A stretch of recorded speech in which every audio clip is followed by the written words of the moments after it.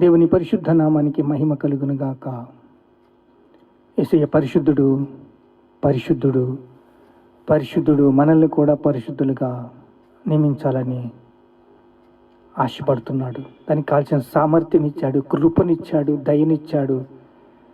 మనము దేవుని వైపు చూద్దామా? ఇప్పుడు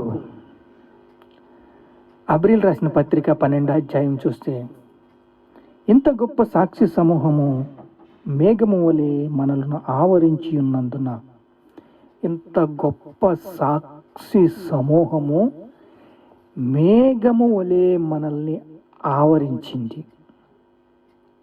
ఒక ఇద్దరిని తీసుకుందాం. విలియం కేరీ భారతదేశాన్ని ప్రభావితం చేశాడు. ఎలా ప్రభావితం చేశాడు? కలకత్తాలో తను ఒక నివాస స్థానాన్ని ఏర్పాటు చేసుకున్నాడు. సతీ సహగమన పద్ధతిని తారుమారు చేశాడు. దాన్ని ప్రభుత్వంతో కలిసి తనకు ఒక స్టాంపు, ఒక డబ్బుల మీద ఆయనకు ఒక ఇది కూడా వచ్చింది. ఇందిరాగాంధీ ప్రభుత్వం ఉన్నప్పుడు వాళ్ళతో మాట్లాడి తాను ఏం చేశాడు? సతీ సహగమన పద్ధతిని క్యాన్సిల్ చేశాడు. ఇది తప్పండి, ఎవరు చచ్చిపోతారండి, భర్త చనిపోతే భార్య కూడా ఎందుకు చనిపోవాలండి అని చెప్పి దాన్ని ఒక చట్టాన్ని తీసుకొచ్చి క్లోజ్ చేశాడు. ఇప్పుడు బైబిల్ని ప్రతి భాషలోనూ సువార్తను తర్జుమ చేశాడంటే ఆయన భాగ్యం. యేసుక్రీస్తుని నమ్మాడు, విశ్వసించాడు. అలా విశ్వసించి తాను ఆ పనికి పూనుకుని, చూడండి, విలియం టెండిల్ 2 ఖండాలని ప్రభావితం చేశాడు. ఉత్తర అమెరికాండ, దక్షిణ అమెరికాండ 2 ఖండాలని ప్రభావితం చేసి బైబిల్ని తర్జుమ చేసి వారందరికీ బైబిల్ని అందించి పుణ్యం కట్టుకున్నాడు. వారందరూ కూడా ఇప్పుడు యేసుక్రీస్తుని సొంత రక్షకునిగా అంగీకరిస్తున్నారు. ఎందరైతే యేసుక్రీస్తుని సొంత రక్షకునిగా అంగీకరించారో, విశ్వసించారో, వారందరూ దేవుని బిడ్డలు, దేవుని కుమారులు, కుమార్తెలు. ఇప్పుడు మనము ఇంత గొప్ప సాక్షి సమూహం మేఘములే మమ్మల్ని ఆవరించి ఉన్నందున, ఇంత గొప్ప సాక్షి సమూహం ఇద్దరిని తీసుకున్నాం. ఫర్ ఎగ్జాంపుల్, అమెరికా దేశాన్ని, అమెరికా ఖండాలనే ప్రభావితం చేసిన విలియం టెండిల్, విలియం కేరీని ఇద్దరిని తీసుకున్నాం. మేఘము వలె ఉన్నారంట. మేఘము అలా ఆవరించి ఉన్నారంట మనల్ని.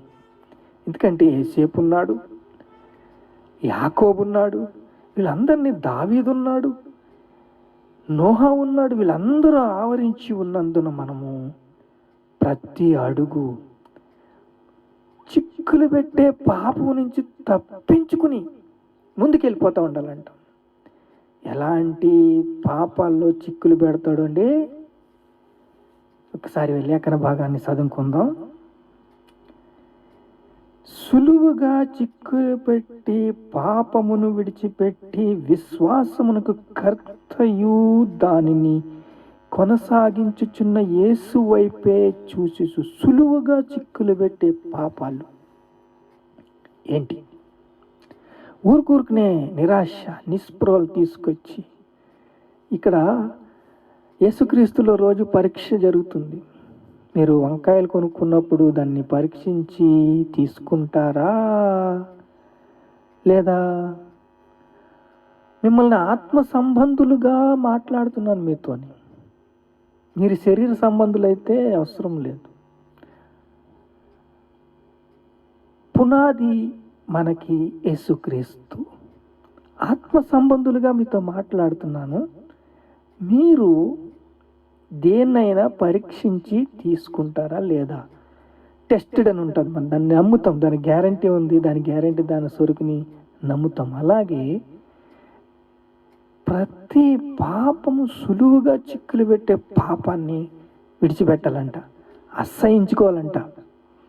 ఎప్పుడైతే దాన్ని అసహించుకుంటావో, ఎప్పుడైతే దాన్ని అబద్ధానికి జనకుడిని విడిచిపెడతావో, వాడి సహవాసాన్ని విడిచిపెడతావో, అది నీతోనే ఉంటాడో, నీలోనే ఉంటాడో, ఏం చేస్తాడంటే అబద్ధమాడి అబద్ధమాడి అబద్ధమాడి నిన్ను మురికి అంటిస్తూ ఉంటాడు. అలా మురికి అంటిస్తున్నప్పుడు పాపమునకు పరిహారం ఏమిటి? యేసు రక్తము ప్రతి పాపము నుండి మనల్ని పవిత్రపరుస్తుంది. పాపానికి పరిహారము యేసు రక్తం. సులువుగా చిక్కులు పెట్టే పాపాన్ని విడిచిపెట్టాలి అంటే యేసుని పాదాలని పట్టుకోవాలి, యేసుతో సహవాసము చెయ్యాలి. అపాయంలో పడిపోయావా? పాపం నిన్ను బంధించిందా? శాపం నిన్ను బంధించిందా? సర్వ సృష్టికర్త, సర్వాధికారి, న్యాయ విధులు, కట్టడలని సంశయిస్తున్నావా? దేవుని మాటలు ఎక్కడ దొరుకుతాయి అక్కడ నువ్వు వాలిపోవాలి. దేవుని మందిరంలో వాలిపోవాలి. దేవుని మాటలు ఎక్కడ దొరుకుతున్నాయి వాటిని ఏం చేయాలి? ఆస్వాదించాలి. ఎప్పుడైతే ఆస్వాదింతావో, యేసుని ఆశ్రయింతావో, యేసు మాటలు హృదయంలో నూరి పోసుకుంటావో, ప్రతి పాపమును, చిక్కులు పెట్టే పాపాన్ని విడిచిపెట్టగలుగుతావు. అప్పుడే నిన్ను దేవుడు ఏం చేస్తాడో శిక్షిస్తాడు. దేవుడు మనిషిని శిక్షిస్తాడా? శిక్షిస్తాడు. ఎప్పుడైతే బంగారాన్ని కొలువులు వేస్తారో దాని యొక్క సువర్ణము మలినమంతా పోయి సువర్ణంగా దాని ప్రభావము, దాని ప్రకాశము చూపించుకుంటుంది. అలాగే ఈ అపవాది సులువుగా చిక్కులు పెట్టే పాపాన్ని విడిచిపెట్టి యేసుక్రీస్తును వెంబడించినప్పుడు, యేసుక్రీస్తుతో నడుస్తున్నప్పుడు నిన్ను దేవుడు శిక్షిస్తాడు. ఒక మాట చదివించుకుని ముందుకెళ్దాం.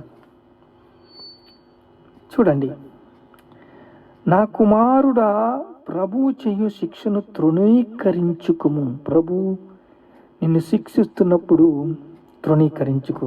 ఆయన నిన్ను గద్దించినప్పుడు విసుకకు. ప్రభు తానే ప్రేమించు వారిని శిక్షించి తాను స్వీకరించు ప్రతి కుమారుని దండించును అని కుమారులతో సంభాషించినట్లు మీతో సంభాషించుచున్నాను. కుమారులతో సంభాషించినట్టు నేను మీతో సంభవించిన. ముందరే చెప్పాను కదండి, యోహాను సువార్తలో ఎందరైతే యేసుక్రీస్తుని అంగీకరించారో వారందరూ దేవుని బిడ్డలు. దేవుని బిడ్డల్ని దేవుడు శిక్షిస్తాడు, పరీక్షిస్తాడు, టెస్ట్ చేస్తాడు. యుగ యుగాలు నాతో ఎలాగుంటాడు? ఇడికి బోరు కొడుతుందా? వాక్యం అంటే బోరు కొడుతుందా? ఈ వాక్యానుసారంగా జీవించలేకపోతున్నాడా? అంటే మీ నీతి ఏమీ సరిపోదు, దేనికి సరిపోదు. మీ నీతి మురికి గుడ్డలతో సమానం. యేసు రక్తము ప్రతి పాపము నుండి మిమ్మల్ని పవిత్రంగా చేస్తుంది. ఇప్పుడు దేవుడు శిక్షించినప్పుడు నువ్వు లోబడతావా? శిబిరము అవతల ఆయన శిక్ష పొందాడు. ఎక్కడ? కపాల స్థలంలో ఆయన శిక్ష పొందాడు. ఆ పరిశుద్ధ రక్తంలో నువ్వు పవిత్రమయ్యావు. పవిత్రమయ్యి నువ్వు పరిశుద్ధమయ్యి దేవుని కుమారుడు, దేవుని బిడ్డలు అనిపించుకుంటున్నావు. నీకు ఒక క్రీడర్ ఉంది. నువ్వేం చేయాలంటే నీకు పరీక్ష కలిగినప్పుడు దేవుడికి లోబడాలి. అలా దేవుని చిత్తాన్ని నువ్వు చెయ్యాలి. దేవుని చిత్తాన్ని చేయాలి అంటే నిన్ను నువ్వు పరీక్షించుకోవాలి. నిన్ను నువ్వు పరీక్షించుకొని దురాత్మలు పురికొలుపుతాయి, సులువుగా చిక్కులు పెడతాయి. అపవిత్రాత్మలు పురికొలుపుతాయి, ప్రేరేపణనిస్తాయి. రకరకాల శోధనలు నీకు వస్తాయి. ఎన్ని కూడా దేవుడు అనుమతించినయే. దేవుడే శిక్షిస్తాడు, శోధనలు తీసుకొస్తాడు. ఉం? నువ్వు పాపము చేశావు, దేవుడు నీ ముఖము ఎలా చూస్తావు అని వాడి యొక్క ప్రేరేపణ. నువ్వు ఈ పాపం చేసావు కదా, నువ్వు ఎలా దేవుని కలుసుకుంటావు, దేవుని వాక్యాన్ని ఎలా వింటావు? చూడండి, నీతిమంతులు సభలో పాపులు నిలవరంట. అలాగే దేవుడంట చీకటిని ఎలుగంట, చీకటిని గ్రహించలేకపోయారంట. చీకటి వెలుగుని గ్రహించలేకపోయిందంట, చీకటినే ప్రేమించిందంట. అలాగా నీతిమంతుల సభలో పాపులు నిలవరు, వాళ్ళు రారు, రమ్మన్న రారు. కానీ బాగుపడిన వారు, శుద్ధి గలవారు, బాగు చేసుకున్నవారు తండ్రి శిక్షించినప్పుడు ఎదిరించకే. తండ్రి శిక్షిస్తాడు, శిక్షించి నువ్వు మనిషివేనా, నువ్వు ఎలా దేవుడు వాక్యాన్ని వింటావు, దేవుడు ఎలా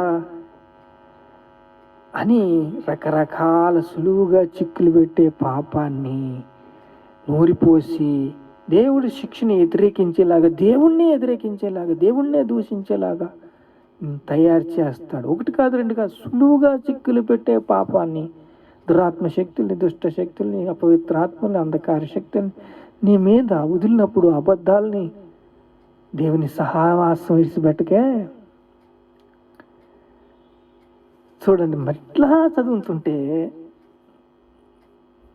విశ్వాసమునకు కర్తయు దానిని కొనసాగించువాడునైన యేసు వైపు చూచుచూ మన ఎదుట ఉంచబడిన పందెము ఓపుతా పరిగెడుతుంది. నీకు పని ఉంది. ఎందుకంటే ఆత్మకు సావలేదు, నశించిపోతున్న ఆత్మల కోసం పోరాడాలి. ఒక్కొక్క రాష్ట్రం ప్రభావితం చెందాలి. నీకెంత పని ఉందంటే దూతలకు పని చెప్పాలి నువ్వు, లేకపోతే వాళ్ళు అలాగే ఏం పని చెప్పకపోతే పైకి వెళ్ళి నీ మీద కంప్లైంట్లు ఇస్తారు. అయ్యా ఇలా ఉంది పరిస్థితి, తన పరిస్థితి అస్సలు బాగలేదు, బంధించబడ్డాడు, పాపానికి దాసుడైపోయాడు, ఎందుకు పనికి రాకుండా అయిపోయాడు, నువ్వు స్వరక్తం ఇచ్చి కొన్నావయ్యా, అయ్యా ఒక ఆత్మను కూడా రక్షించలేకపోతున్నాడు అయ్యా, అలా అయిపోయాడయ్యా, ఇలా అయిపోయాడయ్యా, నీ మీద కంప్లైంట్లు. నిన్ను నువ్వు పరీక్షించుకోగలుగుతున్నావా? ఇది దురాత్మల పురికొలుపు. సులువుగా చిక్కులు పెట్టే పాపాన్నిలో నిన్ను పాడేస్తాడు. ఇలా పడేసి భారభరితమైన ఆత్మకు ప్రతిగా శుతి వస్త్రం ఇస్తున్నాడు. నీకు ఎంతో పని ఉంది, భారభరితమైన ఆత్మ నీ మీద ఉంది, భారం ఉంది.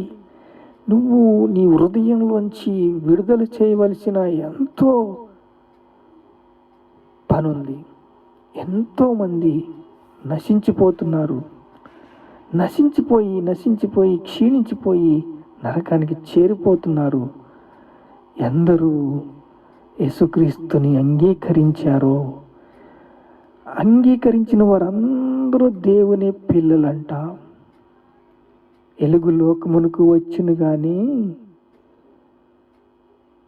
చీకటినే ప్రేమించారంట. వెలుగు లోకమునకు వచ్చింది కానీ చీకటినే ప్రేమించారంట. కళ్ళు తేటగా ఉండాలి.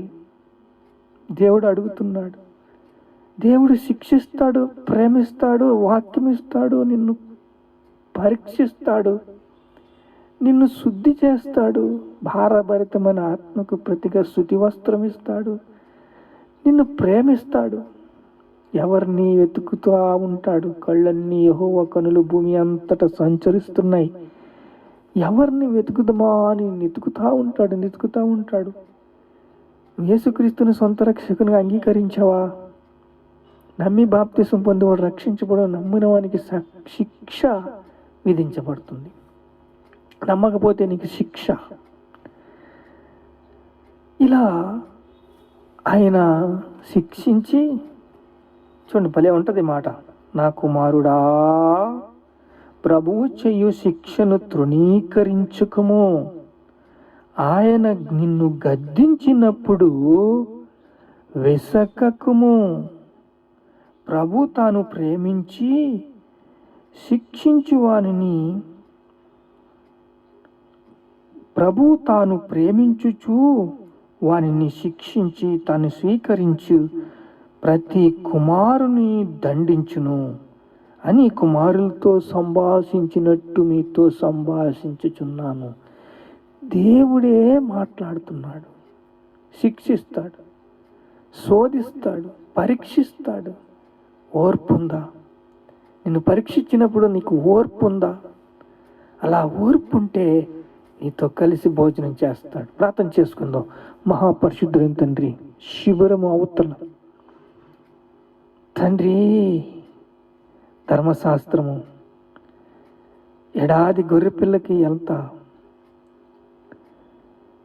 న్యాయ వ్యవస్థ ఉందో అలాగే నీది కూడా, నిన్ను కూడా శిబిరం అవతల సిలివేసి నీ పరిశుద్ధ రక్తముతో నాయన ప్రతి పాపముని కడిగి పవిత్రపరిచి పరిశుద్ధపరిచావయ్యా.